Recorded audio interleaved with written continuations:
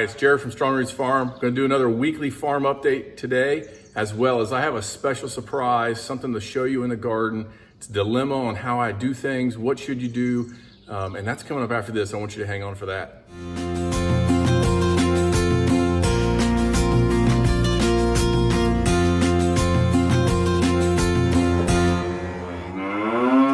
All right, so I don't want to use this as clickbait. I want to show you the dilemma very first here. And so I've been watching some different things, and I care about the environment. I care about animals. I've never really been a hunter and just going out and killing things, not because I'm against it. I think it's great if people want to do that.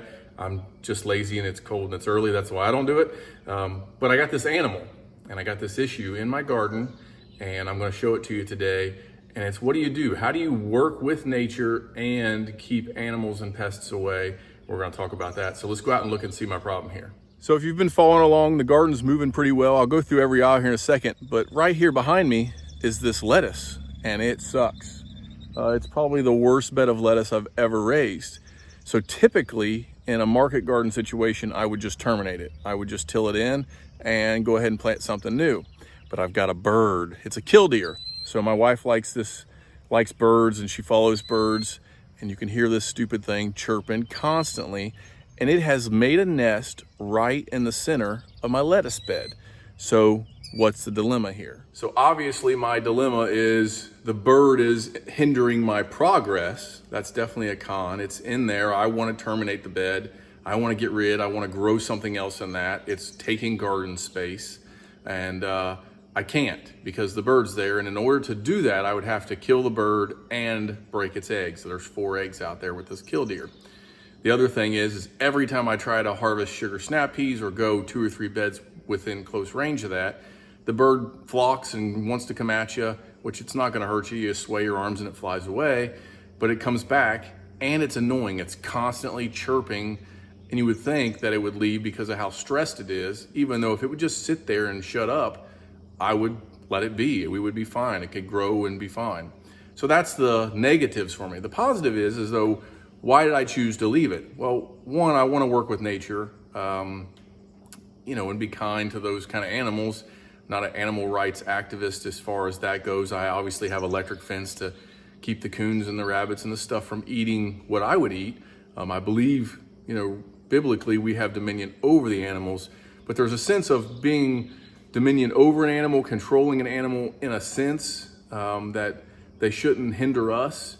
You don't want lions to eat you, so you protect yourself from lions in a sense, but there's also working with nature and being kind to animals and working with the land and working with the earth. So how do you justify all that? And so I've justified it by saying, maybe if I let this one bed go and the killdeer stays in there, because she is flocking me, she'll flock other birds. And I've had some bird pest issues this year, birds flying in over my fence and eating the tops off some of my plants. And so I'm hoping that she becomes like a garden protector from at least the birds. And so she's staying there, she'll chase off a rabbit if it happens to get through my fence. And so I've kind of sacrificed this one bed and my annoyance with her, just so she's kind of my guard dog in a sense to the garden. So that's kind of how I'm justifying it. I don't know if your opinion on it. I know I would get rid of that, or oh, it's beautiful, you shouldn't be anywhere near her and don't stress her out. I don't know where you lay on that spectrum of animal rights and all that. I'm trying to be kind to her as well as still feed my family and all those kind of things, and protecting her but also protecting my family and my food source. So that's where we stand, that's where we're at. And as we go through the garden here and we show you all the beds, you're definitely gonna hear her, so I apologize for her. She doesn't understand about videoing, so that is what it is.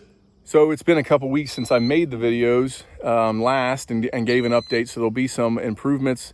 It's just been very busy. We've also had some heavy rainstorms here, but I'm gonna go backwards through the garden today. So row 15, that's against my wall here. This is tomatoes. You can see I've got it trellised. And if you've watched some of my other trellising videos, I made the improvement. I went to 1-inch conduit, which is much more rigid to hold the weight of these tomatoes as they grow up. Now, there are a lot of people that are watching my videos locally, and their garden looks better than mine because they bought big plants. So one restriction, one point that made my garden behind some people this year is that I grew all my own plants from seed myself without a greenhouse, and it made my plants smaller than a typical greenhouse production plant or a Home Depot or wherever you would buy your plants, you know, a Burpee plant. So it's cheaper. I know exactly what I'm getting. I know exactly what the soil is, so I'm happy with it. But that's why I'm a little bit behind some of the other people. There's at 2 feet and I'm at 1. But there we go, we got trellis there.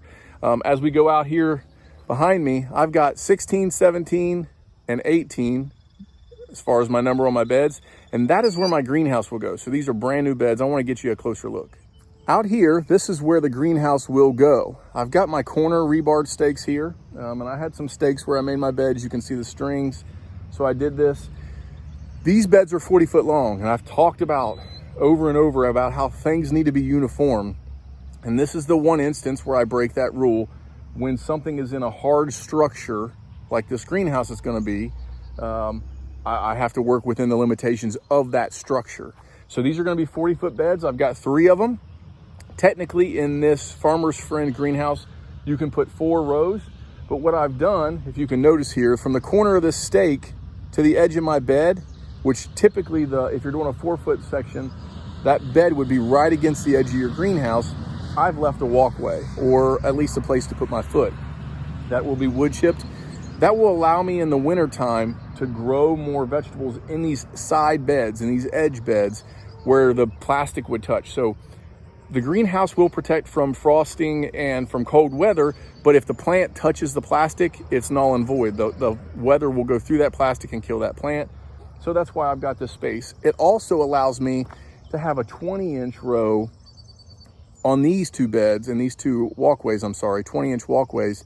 So it gives me more room inside the greenhouse to work, to turn, to kneel, to have a cart that goes down through there, those kind of things.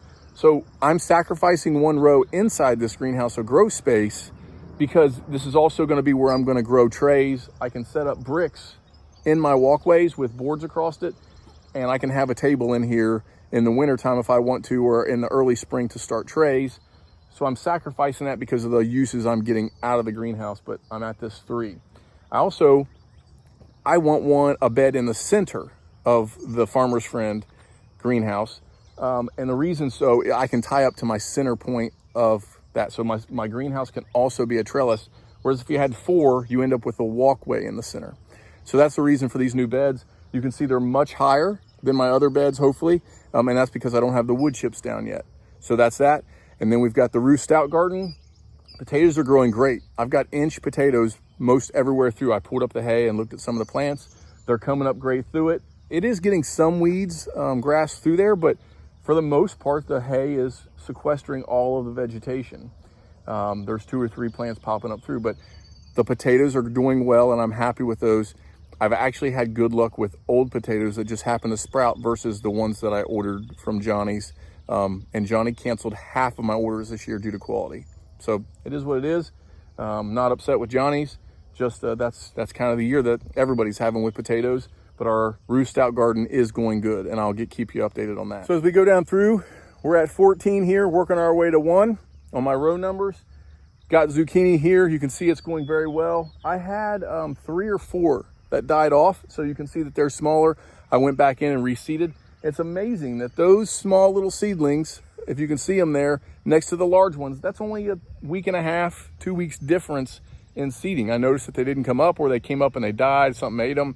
So I reseeded, but they'll all come in together. This is pretty tight spacing. We're looking at 20 inches, 2 rows in a 30-inch bed. For zucchini, this is very tight. I would go with a single row recommendation for most of you. But this will produce a lot of zucchini. My ground will be able to keep up with it. We're good. Next 2 rows we have 13 and 12 are my green beans. They're looking good. There's also some smaller ones in here. That was where most of my bird pressure was. And so I reseeded those holes. No big deal. Keep going on working with nature. But my beans are looking good there. We've got peppers. And here she starts chirping. So we've got peppers. The birds ate the peppers more than anything. So I've got another tray of peppers, and I'm not transplanting them in yet. I'm gonna let them grow in the trays to get a little bit bigger, and then we'll transplant those in and fill so that I don't keep moving here. I've got cucumbers, they're looking good. The first half was transplants. The second half was seed. So this is a little bit of a test for me as well. Is it worth growing my cucumbers in trays early? And so how much earlier do I get cucumbers in the season will be a date that I'll be looking at that. How much more weight do I get from transplanting versus seeding? Because transplanting takes a lot of time. It's material. It's an extra cost of that seeding and the dirt that goes into your trays. So is it worth it? And that's kind of what I'm going to determine here. But my cucumbers, I'm really happy with them. You can see they're also trellised on the 1-inch conduit. We'll keep going down. So there's a significant difference in the first half of the garden where I started earlier in the season to the second half. And I want you to kind of notice this in my production here. So we've got our cabbage and zucchini. Then I've got kale and head lettuces that we seeded.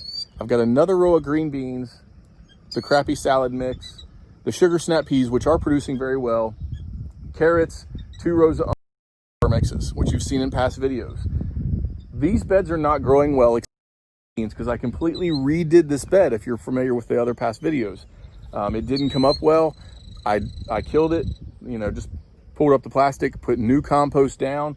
And so what is the difference? Well, I think the main difference is the second half got a better compost from a better supplier. I finally found a good supplier. If you're local to here and you're wondering where that's at, I went to Winchester, Ohio, and he's off 32. There's a greenhouse there, and that guy had good compost. The other compost came from the Beesax company, which I'm not knocking their company. Their compost just wasn't the quality that I was used to in composting. They changed suppliers this year, and it actually made it more expensive. Not sure how that happens.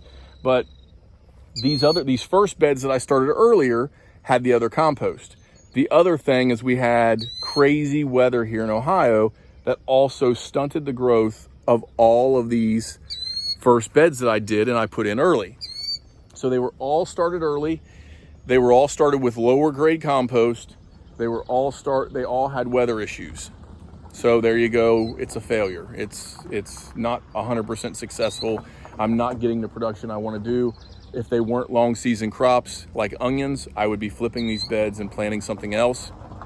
I was not happy with how I grew onions this year. I suck at growing onions this year. It's been very bad.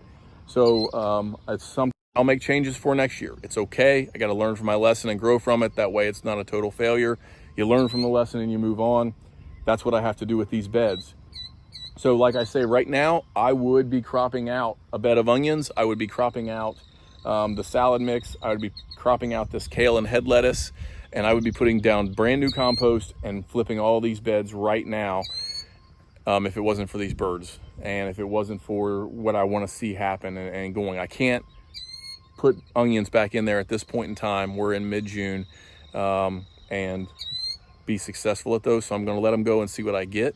But that's it. And so I know now, the importance of building good beds, buying high quality compost, putting it in thick, especially on the first year. So one thing I forgot to mention as I was walking through here, as I harvest stuff, I've talked about before, I'm recording weights. I'm recording the production value of each bed so I can determine next year, do I need more? Do I need less than I grew this year? How much do we want? That kind of stuff. And can I go tighter? Those kind of things. The sugar snap peas have been a failure in that aspect though, because they're not tight enough. That was supposed to be an early one, and out in the greenhouse will be more sugar snap peas. My kids won't leave them alone. They keep going out and eating them, and they're almost like they're strawberries. And you'll have that as if you plant a garden and you have kids and they go out, or grandkids and they go out. If you're trying to keep track of how many pounds of strawberries or how many pounds of something you're growing, and people are just going and eating it right off the vine, it makes you happy as a grower, but on the other sense, I don't have a clue how much each plant is producing because my kids are eating them faster than I can even record them. So negative thing there, or positive, however you want to look at it. But I won't have numbers on sugar snap peas off that bed this year because of that. Well, there we have it. That is the weekly update on the farm. I'm happy with what's growing. I don't want to sound negative, but I definitely want to be the guy who shows you the pros and cons and the struggles. I've been doing this a long time, and I show you these things not to be negative, but to show you don't get over frustrated. Don't beat yourself up when you fail at things. Just learn from it, take down notes, take good notes of what you're doing, and learn from it and do better next year. So I know that I will start onions differently next year. I will make sure that when these beds are cropped out, I'm not going to grow anything else in them this year. I have the crops in that I want to grow, that I want to store. I will have placements of head lettuces.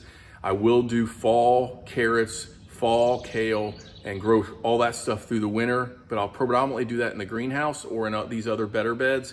I'm going to cover crop that stuff with hairy vetch. I'm going to come back, do a thick coating of the good compost, put in the hairy vetch, and then come in next year, make those beds equal to the other beds. And so I'm just going to live and learn from it, take my licks and move on. That's kind of what I'm going to do. But I'm showing you these things so that you understand failures happen and don't get frustrated by them, keep growing on. And eventually, as your ground gets moving, this is a first year garden here. So as your ground gets built up, 3, 4, 5 years in, you're going to be highly successful and very happy.